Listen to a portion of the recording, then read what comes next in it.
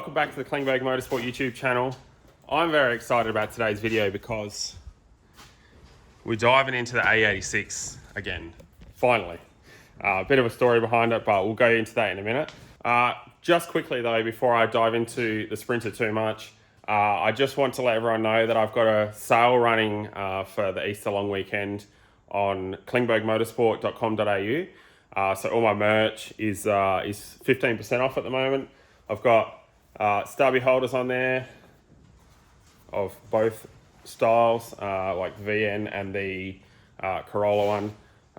VN stickers. These are better quality stickers now. I'm starting to get some better quality stickers. So these two styles are the better ones. Also got the other stickers, obviously all my shirts and everything. Haven't restocked the VN stuff. The reason behind that is because restocking it once I get the VN back on the channel. That's when I'll put the restock live sort of thing. So, but yeah, 15% off with code SALE15 at checkout. So check that out if you can. Now, I finally started doing some stuff on my shed, started cleaning it. Now, as you've seen in the intro there, I've been meaning to make this like trolley for a long time. I wanted to put a hoist in there, but it's too squeezy to get a car in there because there's no door there.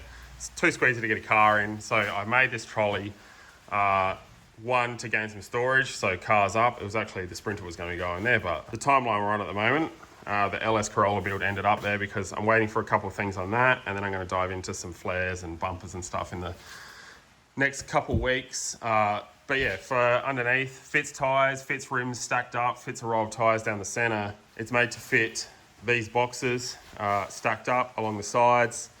Just overall, can fit engines in there. It's very handy. So I've gained a whole lot of storage in this little shed. Now, I don't know, one thing I really like about this is small shed. It's only 25 by 30 foot. And I try and fit as much stuff as I can in here and try and do as much as I can in here. For some reason, it just seems, I don't know, something that I really like. So also made this nifty little can storage thing yesterday as well. I still need to put another row of bolts up here. I need to get some more bolts to put some more grinding discs on there so I can start cleaning this corner up. This corner is going to get a tire machine and stuff in the future, so I need to sort out this mess. Not today though, anyway. So let's go to the Sprinter. Pretty much dove into this last year. I did a couple of videos on it, kind of explained where I was sitting with it and what the plans were with it. I was kind of umming and ahhing on which direction to go. A couple directions that I talked about at the time were kind of build the car to compete in or build the car for like demos sort of thing. And these days, I mostly do demos. I would still like to build it to compete in, but it costs a lot more money to do it that way, and I'll kind of explain that a little bit in a second. I mean, I've had it for like 12 years or something, 11 or 12 years. I started building it, back then, and put it this way, I'm glad that I didn't finish it back then, because pretty much I was building it for the national series in Australia at the time, and I can tell you that I can do a hell of a lot better job building, welding, making everything happen right now than I did 10 years ago. So I'll dive into it a little bit and tell you why and how. All those years ago, I started putting a S13 subframe in the Sprinter. Now, most of it is, I've done a really good job on it.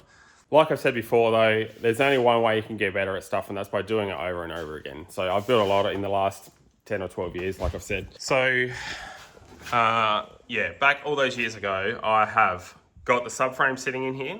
So obviously, AE86 is a solid rear end, so the option at the time was pretty much put a 31 diff in it, like most of my other Corolla has. This has it, but I wanted to be a bit different. Once again, I'll be honest, I was going to run 17s on this back in the day. It was pretty much how it originally started was SR20 VE. I had a sequential in it. I had IRS, it was going to be 17, 16 stagger, so 16 on the front. Everything else would be pretty much like my Corolla at the time, but it was going to be like 600 kilowatts. That's what I'd planned on it. I had a Borg-Warner FR 8374 or something like that, so pretty big, not a 9180, not full size. But yeah, it was going to make some power. But yeah, I kind of pulled the pin on it to... I must say I didn't have the enthusiasm to build it. Putting it on 17s, it was going to be quick, it was going to be a fast car. It probably would have won me some events. But in saying that, I still have to enjoy the look and the feel of the car and everything. So that's where we are today. I'm going to build this car to exactly how I want it now. So yeah, in a way, I'm glad I didn't build it back then because I can build it so much better now to how I want it. So this is where we're at. I did a good job of putting the S13 cradle in there. So I've actually chopped out the floor. You can see there's actually a bit of a chassis rail that joins the actual chassis to the sill panel under there. So I've cut all that out. Most of the time when S13 cradles or S14 or etc. cradles go into Corollas, they tend to be a lot higher in the back because people put them straight onto the chassis rail, where I've cut everything out to get it up into the body sort of thing. So you can see here, I've made some little chassis rail pieces. So obviously on the Sprinter, normally the chassis rail is down like this, and I've basically, yeah, made it the other way. So I'll have a look and see if I've got any photos, but pretty much I put this on the rotisserie, flipped it upside down, cut a heap of stuff out, sat the cradle in there, measured it all, got in the right spot, and then started welding it in. Still a lot to do. Like these plates here, that will all get braced to the roll cage and everything. There's some odd shapes cut out here because that's where the stock strut bolts to in the Corolla. Yeah, so I cut some big holes in it. These are S13 strut towers, I reckon, that I've tacked in here. Once again, done a pretty poor job of it. I have just recently made up these plates, and I'm going to weld them in today because I need to get this rolling and out of the shed. Because it is going to get the strut tower pulled. Now, I picked this car up a long time ago. It's pretty much written off because that strut tower there is pushed back and in and up. So it's not quite in the right place. So I've got to cut these bars out. That bar, I mean, I might leave that side in there because that side's not changing. So it's just this side that's got to come out. And I'm going to have to cut a little bit of that stuff down there out so that I can pull that tower forwards. Now the legends at Northside Chassis in Gawler, so Matt's going to help me out pulling this strut tower out. So 2 weeks I think I've got to basically get this car ready rolling. Obviously I don't want to put it on the trailer and have it sitting on suspension with that shoddy tacked in rear strut towers sort of thing, because between my place and Gawler, rough road, those strut towers are going to break out. So that's pretty much what I'm going to do today, is get those bad boys tacked in, probably fully welded in. We'll see how we go sort of thing. I do have a few other bits and pieces to do. One being this, I put this tunnel in here. So I was going to, obviously when it was SR, it was going to be a 4-inch exhaust, and I wanted to tuck it up because I wanted to run the car as low as possible. There's a couple small issues with that I'll talk about in a sec, but yeah, I want to get this mostly tacked back in because it's barely welded in at the moment. Obviously, I don't want to get it on a chassis jig or something. That does bolt off of the sill panels, which are straight, but I don't want to risk pulling the strut tower and have the floor panel move, so I'm going to weld all that in as well. One reason I said that I wanted to get the cradle up into the car as much as I possibly could is because I wanted to run it low. And try and keep some of the good angles and everything of the arms, but you can see, yeah, angles of the arms definitely not the greatest. They're all pointing up, so not the best. Problem now is obviously when I first built it, I was going to run 17s, drop knuckles fit, no worries. I really want to put drop knuckles in it again, but I'm not sure whether they're going to clear the 15-inch rim, so we'll dive into that. Not in this video, in the future. Lots of work to do on this car. My aim, I want to build this car really well. Similar to that, the level of build, but more fully dedicated drift car. So that's keeping all the glass, all the doors staying full, full glass and everything in the doors.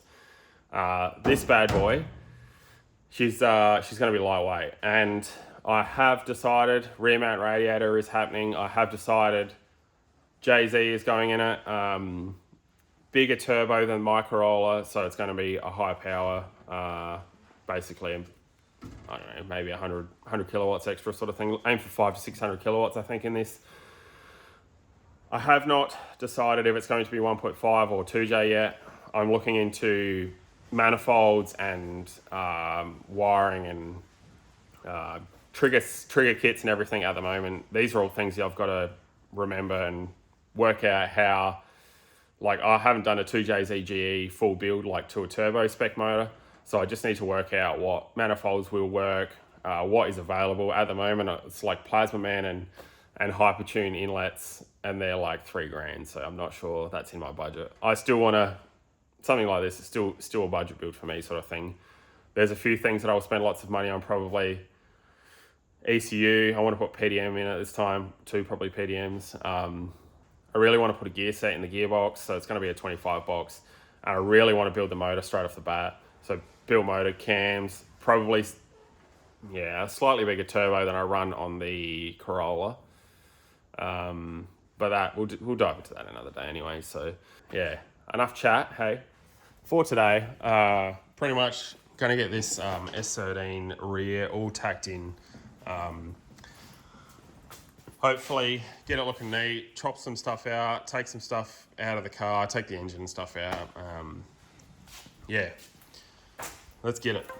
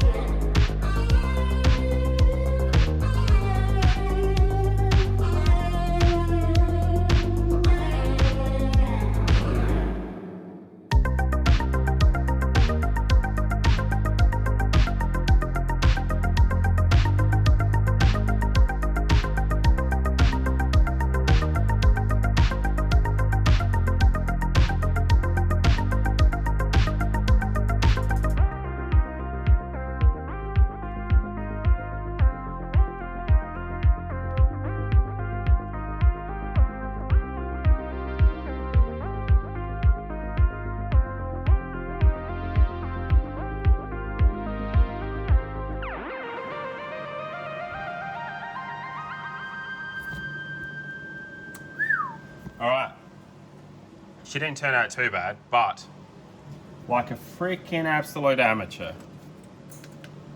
run out of mid gas, and it's a long weekend, so it's Easter weekend, and that means no gas till Tuesday.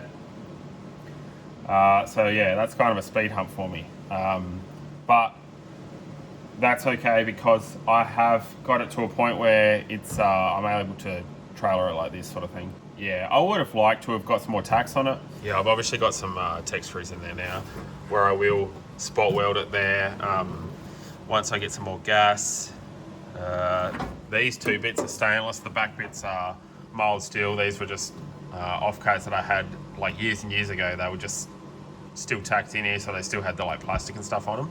So I had to grind all the plastic off because they were all like, yeah, it wasn't coming off basically, so absolute pain. I'll probably TIG up a bit of this. Everything else fits up really good. There's a few bits and pieces like along the top edges and stuff. I'll probably TIG them This box here, I need to remake that one. There was two slightly different shapes that I had, and I think I welded them in the wrong spot. So that one was supposed to be there, and that one was supposed to be there.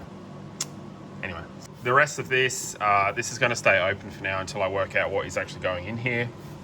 I'm going to probably weld a brace between there and there, sort of thing, like a notch brace. I do want to leave this area free because in the future, it would not surprise me if this car ended up with a winter stiff in it. See how we go, see how hard it is on the gear and stuff. But being able to change gearing would be excellent. Obviously with extra strength and everything would be good too. I do still need to get some half shafts and a R200 for this anyway. I'm probably just going to run like a normal 5-bolt half shaft diff and half shaft. So haven't looked into that much yet though. Like I said, the rest of this is just going to stay open for now. I will probably brace this up a little bit because obviously there's not much holding this in. So just for now, I might just weld a brace to the the wheel well or the side of the car there or something. But yeah, then we've got to clean the rest of this interior out because, whoa, it is going to get scanned. And then, get a CNC bent up roll cage made for it. I'll be welding the cage in and stuff, but there's a mob in Melbourne, can't remember the name at the moment, that do them. So they will, I spoke to them, they're going to scan it. Whether it ends up having to go to Melbourne or whether it's going to happen here, I'm not exactly sure yet, but it depends on the timeline and stuff. But progress is progress. I'm excited about this. I think it turned out pretty damn good. Like, obviously I've got to finish welding it, right? But haven't finished those spot welds there. Everything turned out very nice though. Very, very happy with it. Still, like I said earlier, there's so much of this car that I still want to rework. The other bit being these wheel wells, like these tubs. I didn't quite make them the right size, so the guards pushed in. Originally, when I built this, or when I started building this, it was getting origin fiberglass over fenders, so the guard wasn't going to matter. I was literally going to cut everything out in here that didn't need to be in there and seal up the inside. I have since changed what I want. Because I'm running 15s now, I'm going to go metal flares, stock body look with metal flares, wide body. So, more work to do, more work to redo sort of thing. Bit of a pain, but like I said, it is what it is. I'm happy to have this car and I'm excited to be building it, so. You guys are probably sick of watching me build stuff on the channel at the moment because I feel like every week I'm just welding something or cutting something or grinding something. I need to do something different, don't I? All right, one more job for the day, and that is chop out that front bar. So I'm going to rip this front off this car. And we're going to rip that bar out, and I'm not sure if that motor's going to come out today or not. Got to make some room to store it in here, so definitely going to chop that bar out. And we'll go from there.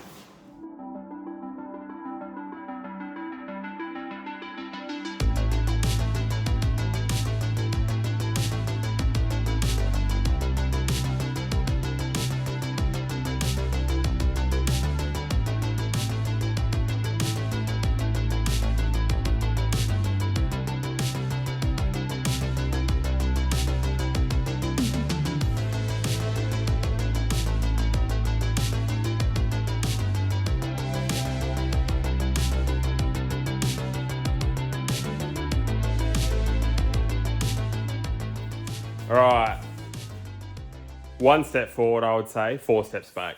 But in this case, to move forward, I have to move backwards.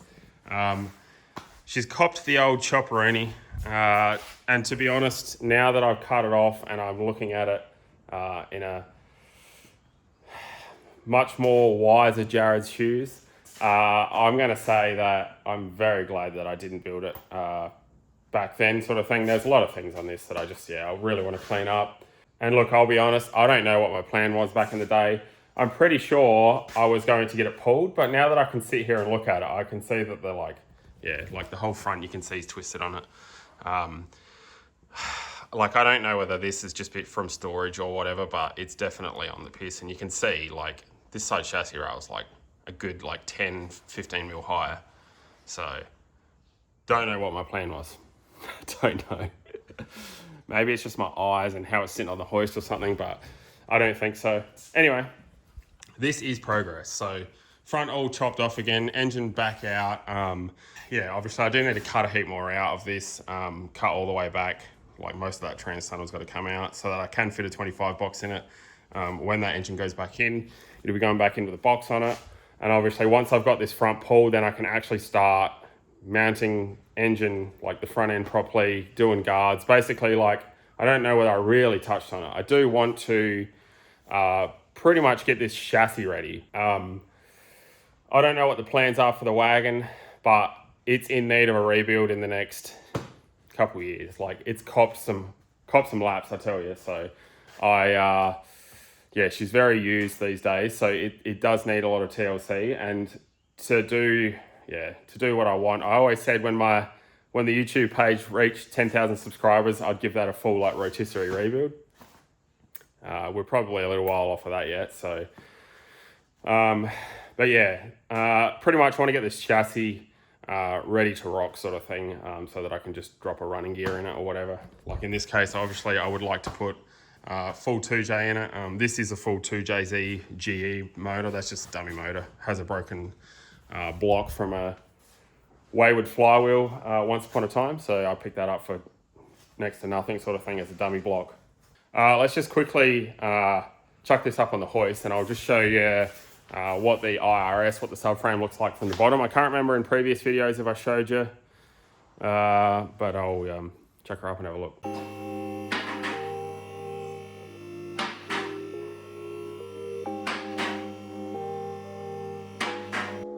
All right, this is what it looks like from underneath.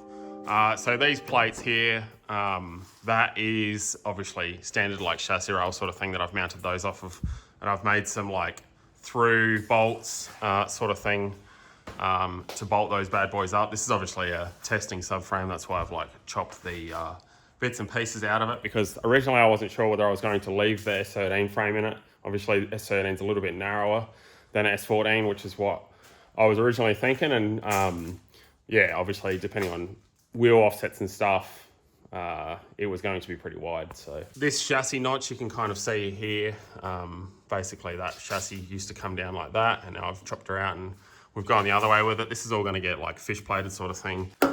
Braces on all of that up there and everything, because that is obviously going to be a weak point, you know. Same thing with these bottom, these front pickup points on the cradle sort of thing. You can see here, this is like where I was talking about the chassis rail used to sit. Used to go across to here.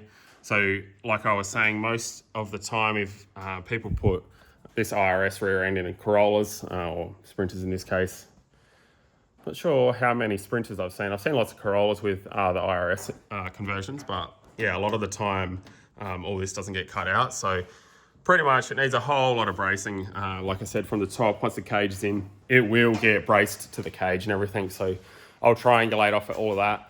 But that's down the track. Obviously, we're not at caging yet. So if there's any more questions or whatever, just drop a comment below and I'll get back to you when I can. What else? Oh, yeah, that's right. I've got an event coming up. So next weekend, not next weekend, the weekend after, I guess, May 3rd and 4th, I'm heading to Melbourne, drifting again.